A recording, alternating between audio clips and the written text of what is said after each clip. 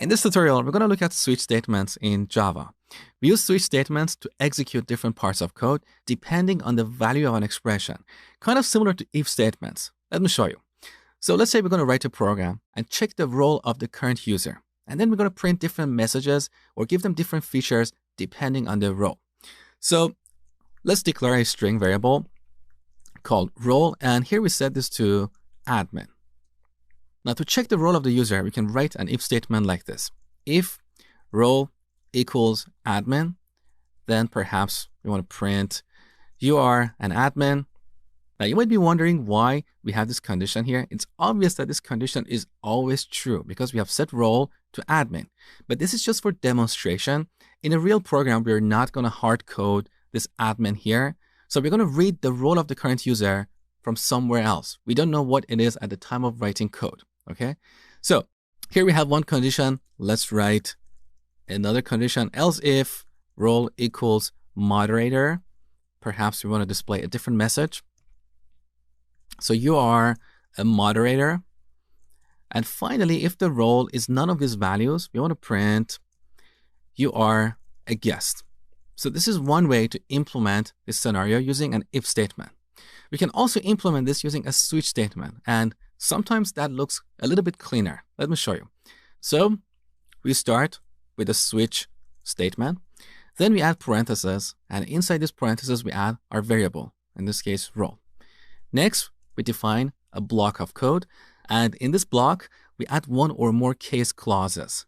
So we have a case for an admin. We add a colon here. Now, what do we want to do here? If the role is admin, we want to print you are an admin. So I'm going to copy this line from here and then paste it over here. Now, after this line, we need to add a break statement to jump out of this switch block. Okay.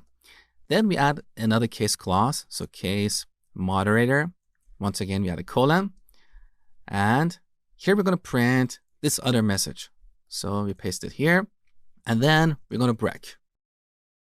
Now, optionally, we can have a default clause here. So if none of these previous cases apply, the code that we write in this section will be executed. So here we want to print you are a guest. Now here we don't need to use a break statement because we're at the end of the switch block. So we'll automatically jump out of this block. In contrast, if we didn't use this break statement here, Java will continue executing these other lines here. So if the role is admin, first it will execute this line, and then it will jump to this case block. It will execute this other line, and then after it executes this break statement, it will jump out of the switch block. Okay? So this is how we use a switch statement. Now compare this with the if statement. Some people prefer to use if statements, others prefer to use a switch statement. Now, one more thing before we finish this tutorial. Here we're comparing the value of role with strings, but we could also use integers other than the long type.